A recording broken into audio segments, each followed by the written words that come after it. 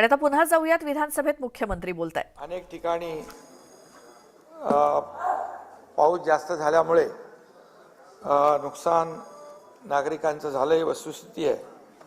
आणि मग आपण अनेक ठिकाणी जे जे काही उपाय करतोय, संपूर्ण प्रशासन ॲक्शन मोडमध्ये आहे, अलर्ट आहे। प्रत्येक ठिकाणी ज्या ठिकाणी नागरिक असुरक्षित आहेत, पूररेषेमध्ये आहेत, दरडप्रवण क्षेत्रामध्ये आहेत, त्यांना आपण शिफ्ट करतोय। अशी अनेक आपल्याला यापूर्वी देखील सभागृहाला माहिती दिलेली आहे। आणि म्हणून यामध्ये नुकसान जे झालेलं आहे त्यासाठी जेव्हा जेव्हा राज्यातली जनता, शेतकरी संकटात सापडतो त्यावेळेस आपण सरकार म्हणून त्याच्या मागे उभं राहिलं पाहिजे। आणि म्हणून हे सरकार आपलं सर्वसामान्यांचं आहे आणि सर्वसामान्यांचं सरकार असल्यामुळे शेवटी त्यांना कुठेही वाऱ्यावर सोडलं जात नाही, सोडलं जाणार नाही। आणि म्हणून आपण अनेक निर्णय गेल्या वर्षभरामध्ये सरकारने शेतकऱ्यांसाठी घेतलेले आहेत। यामध्ये आताच जी आपली इरशाळवाडीची दुर्घटना देखील झाली, त्यामध्ये देखील त्या लोकांच्या परिवाराच्या पाठीशी सरकार उभं राहिलं आहे। आणि ज्या ज्या ठिकाणी अतिवृष्टी झालेली आहे, पूर आलेला आहे, तिथल्या सर्व नागरिकांना देखील आपण मदतीचा हात दिलेला आहे। आणि शेवटी हे सरकार जे आहे, मी मगाशी म्हटल्याप्रमाणे सर्वसामान्य शेतकरी, कष्टकरी, कामगार, माता भगिनी सर्व यांना जेव्हा जेव्हा अडचण येते तेव्हा तेव्हा हे सरकार त्यांच्या मागे उभं राहतं।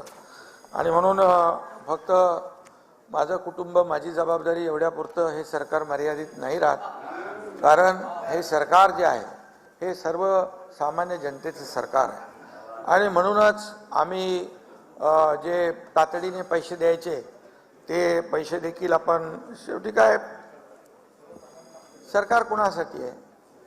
नानासाहेब म्हणतात नेहमी सरकारने मागं उभं राहिलं पाहिजे, सरकारने मदत केली पाहिजे, आपण मदत वाढवली पाहिजे। आता आम्ही मदत वाढवली बघा, NDRFच्या दुप्पट पैसे दिले आपण, 2 हेक्टरचे 3 हेक्टर केले आपण, बघा मिळाले नाही। आता वाटप चालू आहे, 10,000 कोटी वाटले नाना। अरे तुम्ही जे, म्हणून मी सांगतो चांगल्याला चांगलं म्हणणारं आपण शिकलं पाहिजे। तुम्ही तसे चांगले आहात पण तुम्ही हे बिघडू नका। आणि त्यामुळे हे गोगलगाईचं नुकसान तेही आपण दिलं, सततच्या पावसामुळे होणारं नुकसान ती मागणी होती शेतकऱ्यांची, त्याच्यात देखील जयंतराव 1500 कोटी रुपये आपण त्याच्यातही दिले आणि त्याचंही वाटप सुरू आहे। हे सगळं शेतकऱ्यांसाठी आपण निर्णय घेतोय। त्याचबरोबर आपण शेतकऱ्यांना आपलं, जसं केंद्राने कालच तो 14वा हप्ता वाटप होता आदरणीय प्रधानमंत्री महोदयांच्या शुभ हस्ते, PM किसान सन्मान योजना, त्यात देखील आपल्या सरकारने 6,000 रुपयाची आणखी भर टाकली। म्हणजे आता 12,000 रुपये मिळणार शेतकऱ्यांना, 12,000 रुपये शेतकऱ्यांना मिळणार आहेत।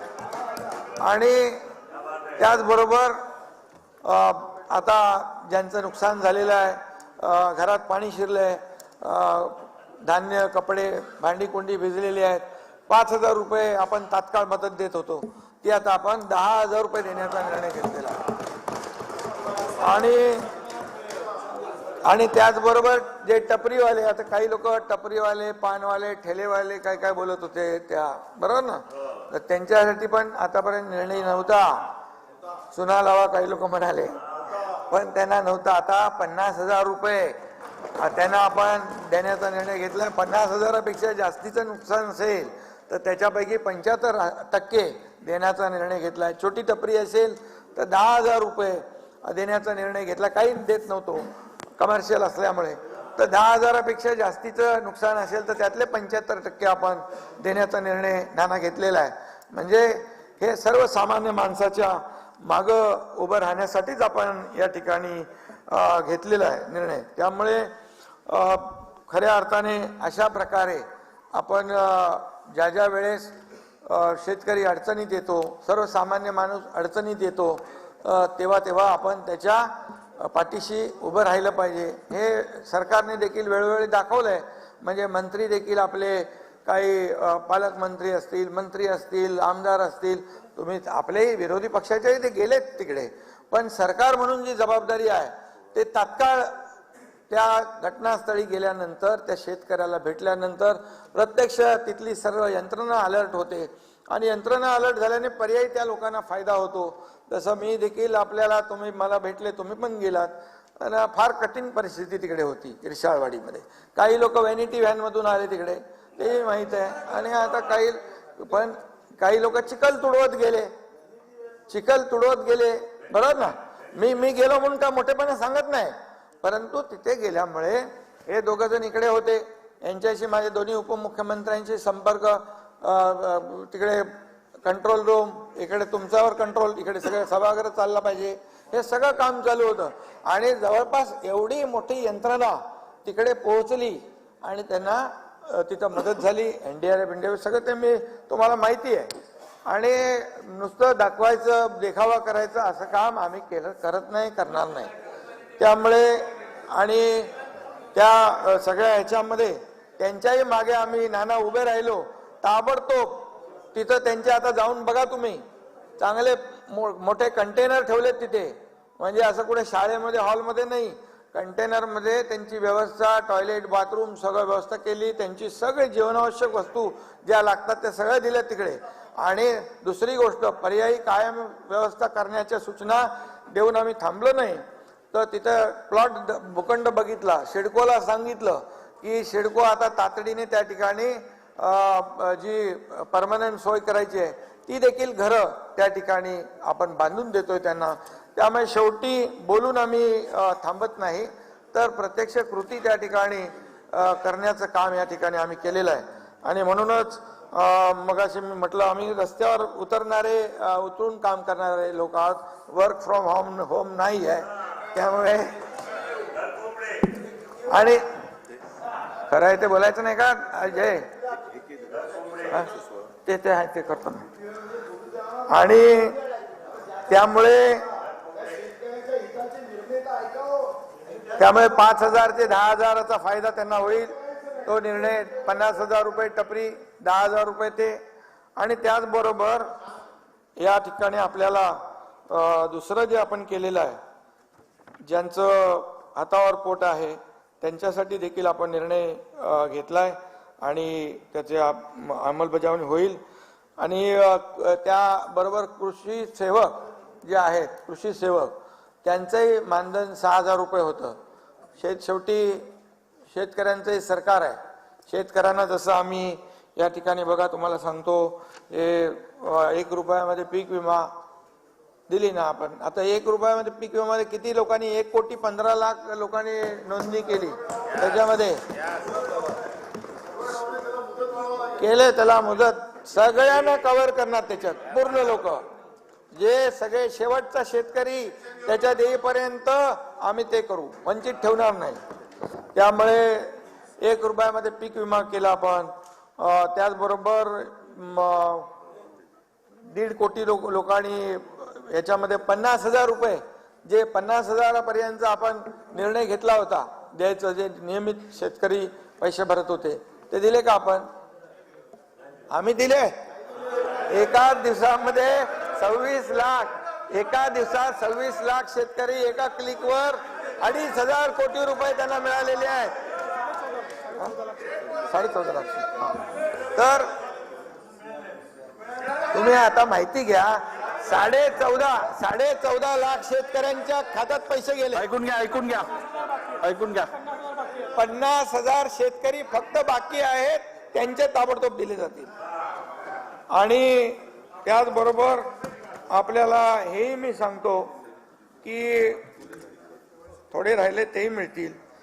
आणि त्याचबरोबर जे आपल्या आश्वासनं होती ती आश्वासनं आम्ही पूर्ण करतोय, काय काळजी करू नका, आम्ही काय तुमच्यावर ढकलत नाही. आणि म्हणूनच जे 6,000 रुपये कृषी सेवकाचं मानधन होतं ते वाढवून 16,000 रुपये केलं आपण.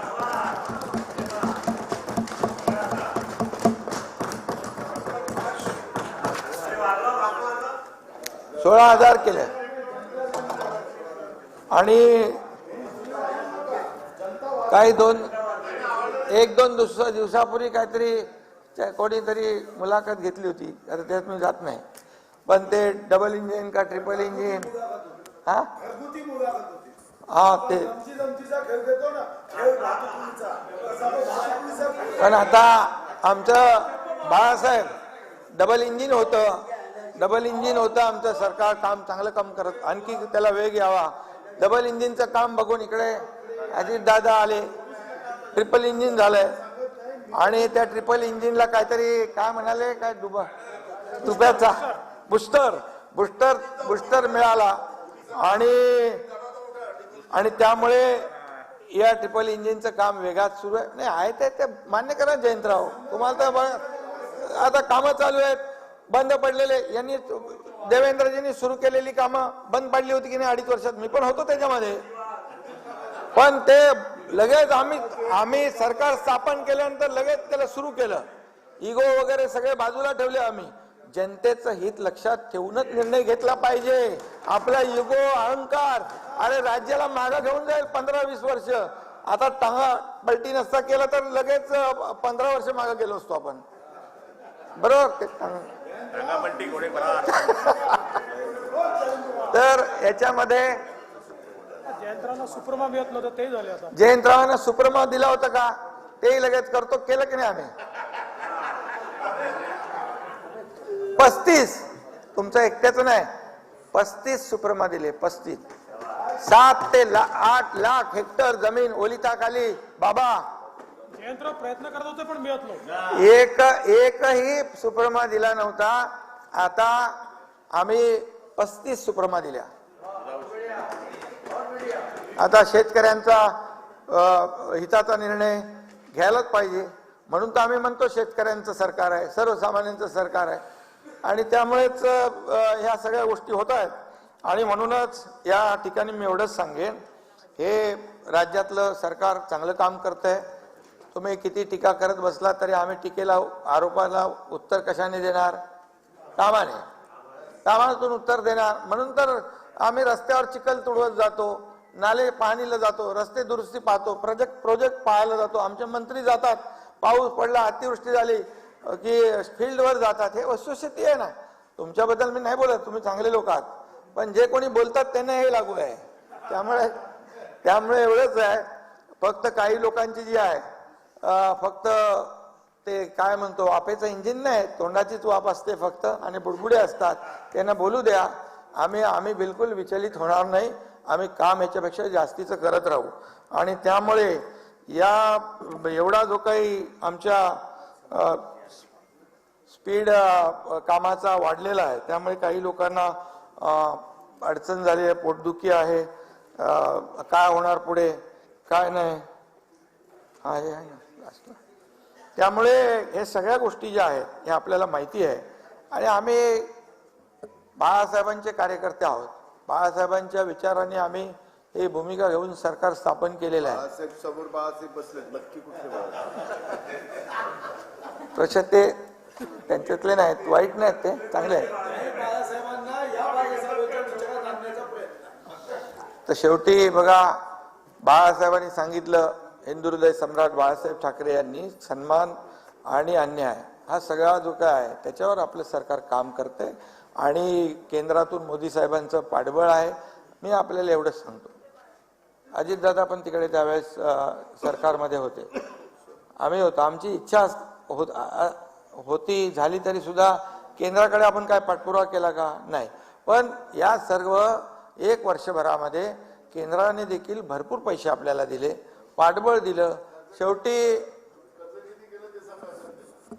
जनतेसाठी केलं ना, कर्ज घरी घर भरण्यासाठी नाही केलं, जनतेसाठी केलं. हा, तुम्हाला आता सगळं बघा, या सगळं आता जे सुरू आहे सध्या त्याच्यातून बाहेर सगळं येणार आहे. आम्ही जो निर्णय घेतला नाना, तो जनतेच्या हितासाठी घेतलेला आहे. आमचं काही वैयक्तिक काही अजेंडा नाहीये. त्यामुळे हे सगळं सत्य, दूध का दूध पाणी का पाणी बाहेर येईल, नक्की येईल. आणि त्यामुळे मी जास्ती काय आपल्याला बोलू इच्छित नाही. आता पुढे अंतिम आठवडा आहे ना आपला, त्यानंतर आपण, आणि म्हणून मी एवढंच सांगतो की आपल्या ज्या महिला भगिनी ज्या आहेत आपल्या, या महिला भगिनी प्रचंड मेहनत करतात, आपलं कुटुंब चालवतात आणि त्यांना देखील काही योजना आपण ST वगैरे तिथं केल्या. त्यांचं सक्षमीकरण करण्यासाठी पहिल्यांदा बजेटमध्ये लेक लाडकी लखपती ती योजना आम्ही केली ना महिलांसाठी. आणि महिला बचत गट सक्षम करण्यासाठी जे उमेद आहे त्यांना देखील जे CRP जे आहे 54,000 त्यांचं मानधन 3,000 रुपये होतं ते वाढवून 6,000 रुपये केलंय.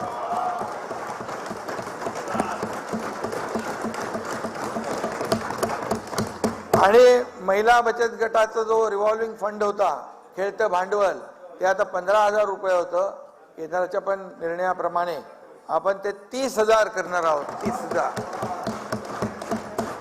त्यांना सक्षम फक्त बोलून नाही चालत ना. ते तिकडे पावसामध्ये येणार होते 50,000 महिला. आम्ही सांगितलं बिलकुल येऊ नका, सरकार तुमचं आहे, तुम्ही आमच्या भगिनी आहात. आम्ही त्यांना बोलवलं, गिरीश महाजन गेले तिकडे आणि आशिष हे सगळे गेले तिकडे, त्यांना सांगितलं, त्यांनी ते म्हणाले आणि सरकारवर विश्वास आहे त्यांना की सरकार जे बोलते ते करते. त्यामुळे हा मोठा निर्णय आहे, ऐतिहासिक निर्णय आहे नाना. याच्यावर आपल्याला खूप मोठ्या प्रमाणावर त्यांना आत्मनिर्भर करता येईल. आणि ही संख्या खूप मोठी आहे. 54,000 या CRP आहेत आणि यांना जोडलेल्या ज्या महिला आहेत त्या 60 लाख आहेत. आता 60 लाख हा आकडा छोटा नाहीये. आणि म्हणून आज आपण त्यांना जे काय खेळतं भांडवल आहे त्याचबरोबर त्यांनी बनवलेल्या ज्या वस्तू आहेत शहरामध्ये आम्ही त्यांना इन्फ्रास्ट्रक्चर करून देऊ, स्टॉल करून देऊ. वस्तू ज्या बनवलेल्या त्याचं ब्रँडिंग, मार्केटिंग, विक्रीसाठी आम्ही मदत करू. तसेच शहरी भागातल्या महापालिका आहेत, नगरपालिका आहेत, त्यांना आम्ही त्यांचं सगळं इन्फ्रास्ट्रक्चर देऊ, करायला लावू. ग्रामीण भागामध्ये कलेक्टरला सांगू आणि त्यांनी जे बनवलेल्या वस्तू ज्या आहेत त्याचं मार्केटिंग करणं, ती विक्री करणं, यासाठी आम्ही मदत करतोय. जिल्ह्यात आणि मोदी साहेबांनी पण त्याला प्राधान्य दिलंय. ते कम्युनिटी काहीतरी आहे ना, ते युनिटी मॉलची संकल्पना. म्हणजे त्या मॉलमध्ये त्या महिला बचत गटाने तयार केलेल्या वस्तू ज्या आहेत त्यांची विक्री, त्यांना व्हॅल्यू ॲडिशन, त्यांना योग्य भाव मिळाला पाहिजे, यासाठी देखील आपण काम करतोय. यासाठी देखील फक्त त्यांना महिला बचत गटांना आपण मदत देऊन थांबणार नाही, तर त्यांनी तयार केलेल्या वस्तू ज्या आहेत त्याची बाजारात विक्री झाली पाहिजे, चांगल्या वस्तू लोकांना मिळाल्या पाहिजे. हे सगळं करण्याचा प्रयत्न या ठिकाणी आपण करतोय. आणि त्यामध्ये विविध आम्ही योजना त्या ठिकाणी आणतोय. आणि त्या जवळपास 99 पेक्षा जास्तीच्या योजना या महिला भगिनींसाठी आहेत. त्याची अंमलबजावणी झाली पाहिजे, त्या त्यांच्यापर्यंत पोहोचल्या पाहिजे. किंबहुना राज्य सरकारने घेतलेले जे निर्णय आहेत, राज्य सरकारच्या ज्या योजना आहेत, ते लोक त्या सरकारी कार्यालयामध्ये चक्रा मारून कंटाळून सोडून देत होते. मग आम्ही शासन आपल्या दारी हा उपक्रम सुरू केला नाना. आता तुम्ही त्याला म्हणाले जाहिरात करता, हे करता. अरे तुम्ही एकदा नाना त्या स्टेजवर या. लाभार्थी आहे ना, आमच्या स्टेजवर बसलेले असतात लाभार्थी. चेक घेऊन जातात, ट्रॅक्टर घेऊन जातात, ट्रॅक्टर ट्रेलर घेऊन जातात, हार्वेस्टर घेऊन जातात, सगळं घेऊन जातात. आणि यापूर्वी देखील योजना होत्या, पण आता आम्ही डायरेक्ट थेट त्यांच्या दारी जातो. आता काही लोक त्यांना घरात घेत नव्हते, आता त्यांना दाराचं काय समजणार गांभीर्य, तर थेट आम्ही त्या ठिकाणी दिल्यामुळे 1 कोटी आणि 10 लाख 1 कोटी 10 लाख लाभार्थ्यांनी लाभ घेतला ना आता. म्हणजे हे आतापर्यंत ऐतिहासिक हे सगळं शासन आपल्या दारी केलेलं आहे. तर त्यामध्ये काय सगळे लोक असतात का? कुठल्या पक्षाचे थोडेच असतात का? शिवसेना, भाजपा, राष्ट्रवादी नाही, सगळे, काँग्रेस, सगळे लोक असतात. तिथे का पक्ष विचारून आम्ही त्यांना मदत देत नाही. आणि यामुळे काय झालंय, यामुळे सगळे अधिकारी गावागावात, कलेक्टर पासून विभागीय आयुक्तापासून तलाठी, तहसीलदार, BDO, सगळे लोक गावागावात जाऊ लागले. त्यांच्यात पण चढाओढ सुरू झाली नोंदणी करायला. आपल्या जिल्ह्यामधून जास्ती लाभार्थी कसे तयार होतील यासाठी देखील आमचे अधिकारी काम करू लागलेत. म्हणजे शासन काम करतंय, त्यासाठी प्रशासनाची देखील जोड लागते. आणि या शासन आपल्या दारी या कार्यक्रम इतका लोकप्रिय झालेला आहे. आता आपल्या लोकांनी पण मागणी केलेली आहे, तर ते देणार तुम्ही. आपल्या लोकांनी पण मागणी केली आहे, म्हणजे आपल्या विरोधी पक्षाच्या आमदारांनी, त्यांनाही पाहिजे ना ते. त्या सगळीकडे करू आपण, त्याच्यात भेदभाव करणार नाही. आणि म्हणून या सगळ्या ज्या योजना आहेत या एकाच छताखाली त्यांना देण्याचा निर्णय आपण घेतला. तिथे लागणारे कागदपत्र पण त्याच्या तिथंच मिळणार, त्या गावामध्ये आपला माणूस जाणार. आणि यासाठी शासन आपल्या दारी जे आहे ते तुम्ही जरा माहिती घ्या आणि आपल्या लोकांना पण सांगा किती महत्वाची ती योजना आहे. हेलपाटे कसं आहे, आता पूर्वी सगळे हेलपाटेवाला काम होतं, आता हेलपाटेवाला शब्द पण, खेटे मारणे हा शब्द पण. त्यामुळे होय खरं आहे.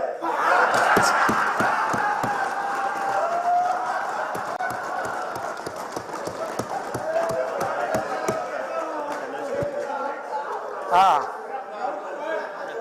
देशमुख साहेब, तुम्हाला सांगतो, दादा जेव्हा आपल्या सरकार सोबत आले त्याच वेळेस त्यांनी सांगितलं, देशाला पुढे न्यायचं असेल, देशाची प्रगती करायची असेल, उन्नती करायची असेल तर नरेंद्र मोदी साहेबांचं नेतृत्व पाहिजे. आणि या राज्य सरकारचं जे काम आहे हे गतिमान आणि वेगवान आहे आणि म्हणून मी या राज्य सरकारच्या सोबत येतोय हे सांगितलं त्यांनी. त्यामुळे राज्याचं काम बघून आता तिकडे त्यांना काम करायला थोडस अडचण होती पलीकडे. त्यांची स्पीड 100 ची, तिकडे स्पीड 20 ची. 100 आणि 20चा स्पीड मॅच होऊ शकत नाही, कारण आता तो स्पीड पण वाढलाय, 150 झालाय समृद्धीचा. त्यामुळे तो मॅच करणं अवघड आहे. आणि त्यामुळे आपल्याला सांगतो एक चांगलं काम सुरू आहे. आम्हाला जेव्हा कुठं काय तुम्हाला वाटलं ना बाबा इथं चुकीचं आहे, तुम्ही विचारा ना आम्हाला. पण जे बाळासाहेब जे चांगलं काम आम्ही करतोय त्याच्यावर टीका करू नका तुम्ही. त्याच्यावर तुम्ही शेवटी त्याच्यातून कोणाला फायदा होतोय? सर्वसामान्य माणसाला. ते पण झालं ना, आमची काल चर्चा झाली, बैठक झाली. तुम्ही असं जास्ती म्हणजे तुम्ही बघा, सहकार्याच्या भूमिकेतून आपण गेलं पाहिजे. त्यांना तर पण नानाभाऊंना मिळालाच आहे. नानाभाऊंना मिळालं. आणि महिला बचत गट, महिला बचत गट अधिक सक्षम करण्यासाठी यावेळेस आम्ही शालेय विद्यार्थ्यांचा गणवेश खरेदी देखील महिला बचत गटामार्फत करण्याचा निर्णय घेतला. बघा, ज्याच्या पाठीमागं महिला उभ्या राहतात ना ताकदीने, त्याचं काय होतं माहिती आपल्याला एकदम. त्यामुळे हे सगळं जे आहे महिला सक्षमीकरण आणि त्यांना मदत करणं, कुटुंब चालवत असताना ही जी काय कुटुंब चालवायची कसरत करावी लागते हे आम्हाला माहिती आहे. आणि म्हणून जेवढं काय त्यांना मदत करता येईल ते आपलं सरकार करणार आहे. आणि म्हणून आज हे जे निर्णय घेतलेत आपण ते लोकहितासाठी घेतलेत, जनतेच्या हितासाठी घेतलेत. आणि ताबडतोब त्याचं वाटप जे आहे इमिजिएट ऍक्शन हे देखील आम्ही सगळ्यांना सूचना दिलेल्या आहेत. त्यामुळे आपल्याला देखील मनापासून म्हणून अध्यक्ष महोदय, मला आपण संधी दिल्याबद्दल धन्यवाद. नाही थोरात साहेब एक मिनिट. काय आपल्या मांडायचं आहे म्हणजे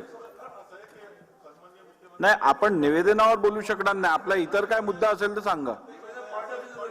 त्याला असं आहे की अध्यक्ष महोदय, सन्माननीय मुख्यमंत्र्यांनी निवेदन केलेलं आहे की त्यांना जे वाटतं राज्याच्या याच्यामध्ये, पण आपण निवेदनावर बोलू शकत नाही. अध्यक्ष महोदय, विरोधी पक्ष म्हणून आम्हाला जर काही वाटत असेल, त्यांनी म्हटलं तसं का तुम्हाला काही वाटत असं सांगा, असं स्वतः मुख्यमंत्री म्हटले.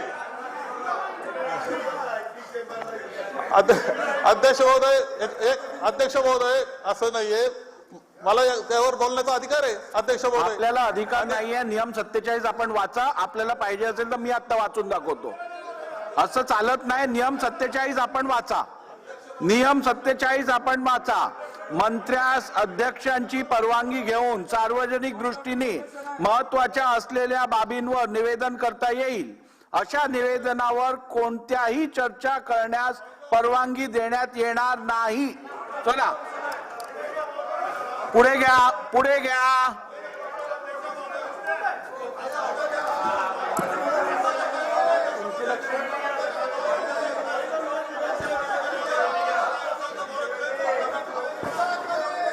उत्तर देण्याची तयारी आपण का नाही म्हणताय? नाही पण नियमात बसत नाही. मला पॉइंट ऑफ ऑर्डर, नियमानुसार मला सभागृह चालवायचं. असं नाही चालणार.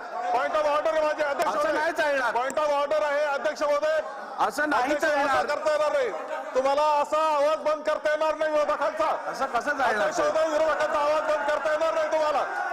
अध्यक्ष महोदय, आम्हाला बोलण्याचा अधिकार आहे. आम्हाला बोलण्याचा अधिकार आहे अध्यक्ष महोदय.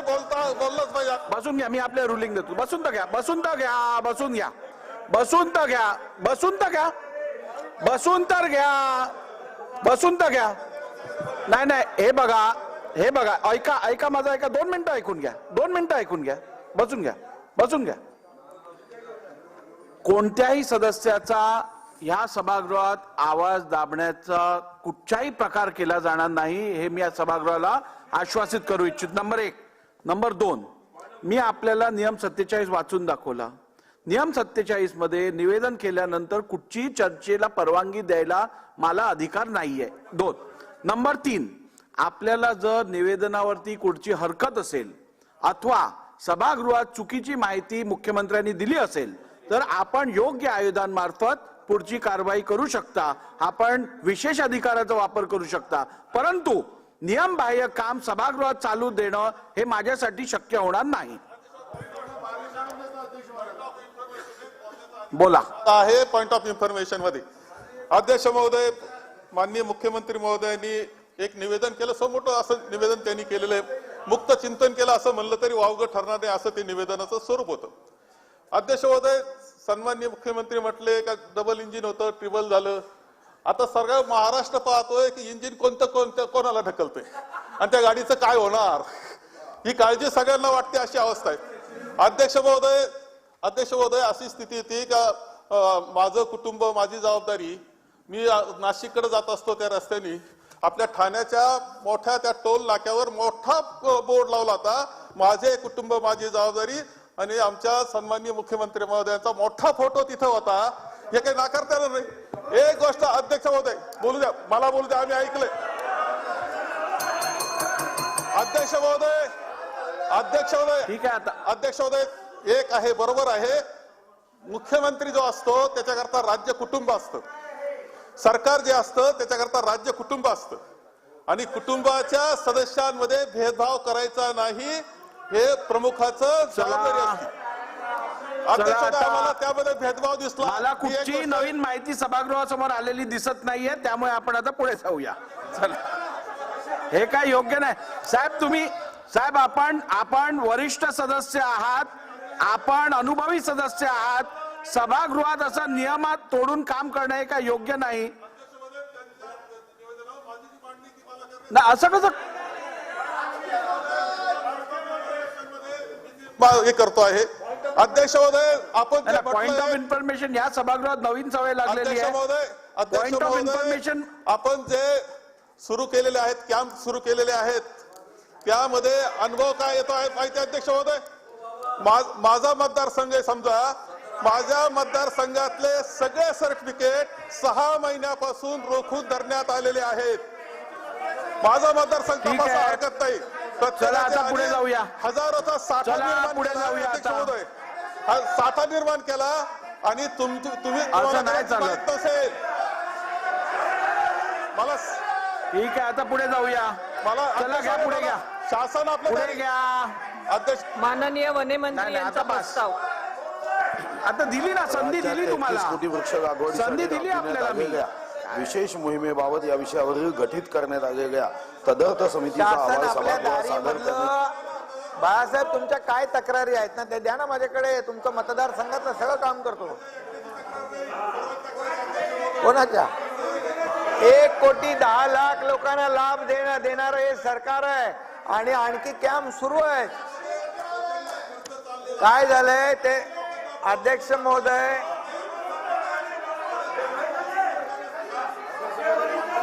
तुमचा विरोध आहे का बाळासाहेब? अध्यक्ष महोदय, आपला विरोध आहे का त्या शासन आपल्या दारीच्या योजना देण्याबद्दलच्या? विरोध आहे? विरोध मला वाटतं बसून घ्या. आता थोरात साहेब बसून घ्या. थोरात साहेब बसून घ्या. थोरात साहेब, हे योग्य नाही. मी आपल्याला संधी दिली, आता आपण कामकाज करायचं आहे की नाही आपल्याला? असं नाही चालत. अहो, प्रस्तावात बोला आपण, प्रस्तावात बोला आपण.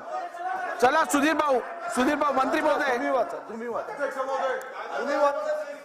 प्रस्ताव असा आहे की राज्यात 33 कोटी वृक्ष लागवडीसाठी राबवण्यात आलेल्या विशेष मोहिमेबाबत या विषयावरील गठीत करण्यात आलेल्या तदर्थ समितीचा अहवाल सभागृहात सादर करण्याची मुदत पुढील अधिवेशनाच्या शेवटच्या दिनापर्यंत वाढवू देण्यात यावी. अनुकूल असतील त्यांनी होय म्हणावे, प्रतिकूल असतील त्यांनी नाही म्हणावे. होयचे बहुमत आहे. प्रस्ताव संमत झाला. अध्यक्ष महाराज, अध्यक्ष महाराज, मुख्यमंत्री महोदयांनी शेतकऱ्याच्या हितासाठी लोकहितकारी निर्णय घोषित केल्यानंतर हा प्रसंग सन्माननीय ज्येष्ठ सदस्य बाळासाहेब थोरात यांनी ज्या पद्धतीने इथं वक्तव्य केलं, सभागृहाने याचा निषेधच केला पाहिजे. लक्षावधी शेतकरी जेव्हा संकटात असतात अशा परिस्थितीमध्ये मुख्यमंत्री महोदय आपल्या सर्व सहकार्यांच्या समवेत वेगाने शेतकऱ्यांच्या हिताचे निर्णय घोषित करतात. इतक्या कोत्या मनाने कोणीही वागता कामा नये की हे निर्णय घोषित केल्यावर अभिनंदनार्थ करणं सोडा, पण अशा पद्धतीने स्पीड ब्रेकर करून शेतकऱ्यांपर्यंत योजना पोहोचू नये असा भाव यांच्यामधून वक्तव्य निर्माण होतं. माझा प्रश्न अध्यक्ष महाराज, माझाही पॉइंट ऑफ इन्फॉर्मेशन आहे, आपल्या हरकतीचा मुद्दा असू शकतो. नाही, मला पॉइंट ऑफ इन्फॉर्मेशन महाराष्ट्र विधानसभा नियम 180 पानात नियम 320 मध्ये आहे. यामध्ये अध्यक्ष महाराज मला एक गोष्ट जाणून घ्यायची आहे की विरोधी पक्ष नेता आजपर्यंत घोषित का झाला नाही, विरोधी पक्षनेता आजपर्यंत घोषित का झाला नाही, हा माझाही जाणून घेण्याचा अधिकार आहे, महाराष्ट्राच्या जनतेचा जाणून घेण्याचा अधिकार आहे की विरोधी पक्ष नेता घोषित न करता अशा पद्धतीने सरकारच्या उत्तम निर्णयाला विरोध करणं अध्यक्ष महाराज हा लोकशाहीला धोक्याचा घंटा आहे. महाराष्ट्राच्या जनतेने ओळखून घेण्याची आवश्यकता आहे. ठीक आहे, चला हो घेतो नाही, 1 मिनिट किमान नाही एक ऐकून घ्या नाना भाऊ, ऐकून घ्या. किमान आपण जे मांडणार आहात त्यासाठी योग्य आयुध, तुम्ही हरकतीचा मुद्दा काय मी देईन तुम्हाला, आता त्यांनी दिलेल्या माहितीवर तुम्हाला परत माहिती द्यायची आहे, असं थोडीच चालतं. बोला. अध्यक्ष महाराज, मगाशी मुख्यमंत्री महोदय जे सांगत होते ऐका ना आता शांततेने, मी हरकतीचा सांगतो ना मी. अध्यक्ष महाराज, माझा पॉइंट ऑफ इन्फॉर्मेशन असा आहे अध्यक्ष महाराज. बोला तुम्ही, बोला मी ऐकतोय. मला संरक्षण द्या अध्यक्ष महाराज. बोला मी ऐकतोय. अध्यक्ष महाराज, माझा पॉइंट ऑफ इन्फॉर्मेशन असा आहे की जसं विरोधी पक्षांचं नेता का निवडला गेला नाही त्याचा मुद्दा उपस्थित केला. माझा मुद्दा असा आहे की या सरकारने अजूनही 6 जिल्ह्यामध्ये एकच मंत्री पालकमंत्री आहे. तुम्ही बोलू शकता का? मग आम्ही सक्षम. नाना भाऊ माझ्याकडे बघून बोला. अध्यक्ष महाराज, हे काय चाललंय या राज्यामध्ये? अवकाळी पावसामध्ये आमचा पालकमंत्री पोहोचू शकला नाही. आता ज्या पद्धतीची परिस्थिती महाराष्ट्रामध्ये आहे ती परिस्थिती भयानक आहे अध्यक्ष महाराज. मग अशा या परिस्थितीमध्ये यांना आरोप लावण्याचं काय कारण आहे अध्यक्ष महाराज? त्यांनी आपलं सांगावं सरकार म्हणून. ठीक आहे, चला पुढे जाऊया. उपमुख्यमंत्री महोदय, आपलं बिल आहे. शासकीय विधेयके पुरस्तापनार्थ सन 2023 चे विधानसभा विधेयक क्रमांक अध्यक्ष महोदय, सन 2023 चे विधानसभा विधेयक क्रमांक 37 मुंबई शहर दिवाणी न्यायालय सुधारणा विधेयक 2023 मांडण्यास मला सभागृहाची अनुमती मिळावी. अध्यक्ष महोदय, अतिशय छोटंसं विधेयक आहे. आपल्याला कल्पना आहे की मुंबईमध्ये सिटी सिव्हिल कोर्टाची जी काही दावे घेण्याची मर्यादा आहे ती 1 कोटी आहे आणि केवळ मुंबईच एक असं शहर आहे की ज्या ठिकाणी 1 कोटीच्या वरचे न्यायालय ओरिजिनल साईडला जातात आणि त्यामुळे सामान्य माणसाला 1 कोटीच्या वरच्या दाव्याकरता सिटी सिव्हिल कोर्टाच्या ऐवजी माननीय उच्च न्यायालयाकडे जावं लागतं. त्याचे पैसे अधिक खर्च होतात. म्हणून उच्च न्यायालयानेच एकत्रितपणे असा निर्णय घेतला की 1 कोटीची मर्यादा 10 कोटी करण्यात यावी, जेणेकरून 10 कोटीपर्यंतच्या दाव्यांकरता सिटी सिव्हिल कोर्टातच त्याला जावं लागेल. आणि म्हणून अगदी छोटीशी सुधारणा आणली आहे आणि म्हणून ही मांडण्यास मला सभागृहाची अनुमती मिळावी. प्रस्ताव असा आहे की सन 2023 चे विधानसभा विधेयक क्रमांक 37 मुंबई शहर दिवाणी न्यायालय सुधारणा विधेयक 2023 मांडण्यात अनुमती देण्यात यावी. प्रश्न असा आहे की सन 2023 चे विधानसभा विधेयक क्रमांक 37 मुंबई शहर दिवाणी न्यायालय सुधारणा विधेयक 2023 मांडण्यास सभागृहाची अनुमती आहे काय? अनुकूल असतील त्यांनी होय म्हणावे, प्रतिकूल असतील त्यांनी नाही म्हणावे. होयचे बहुमत आहे, होयचे बहुमत आहे. प्रस्ताव संमत झाला. महोदय, मी आपल्या अनुमतीने सन 2023 चे विधानसभा विधेयक क्रमांक 37 मुंबई शहर दिवाणी न्यायालय सुधारणा विधेयक 2023 मांडतो. सन 2023 चे विधानसभा विधेयक क्रमांक 37 मुंबई शहर दिवाणी न्यायालय सुधारणा विधेयक 2023 मांडण्यात आले.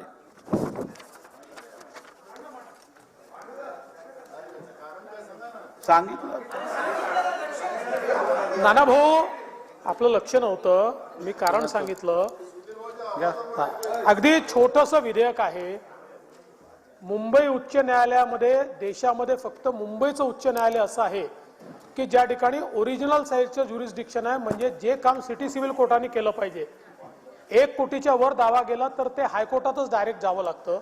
तेव्हा हायकोर्टानेच असा निर्णय घेतला की लोकांचे पैसे जास्त खर्च होतात, हायकोर्टावरही ताण पडतो, आणि म्हणून सिटी सिव्हिल कोर्टाला जे 1 कोटीपर्यंतच्या दाव्याचे अधिकार होते ते 10 कोटीपर्यंत करायचे.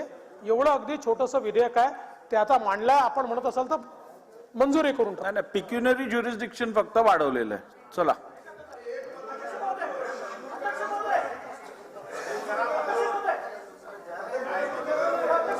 मंजूर करून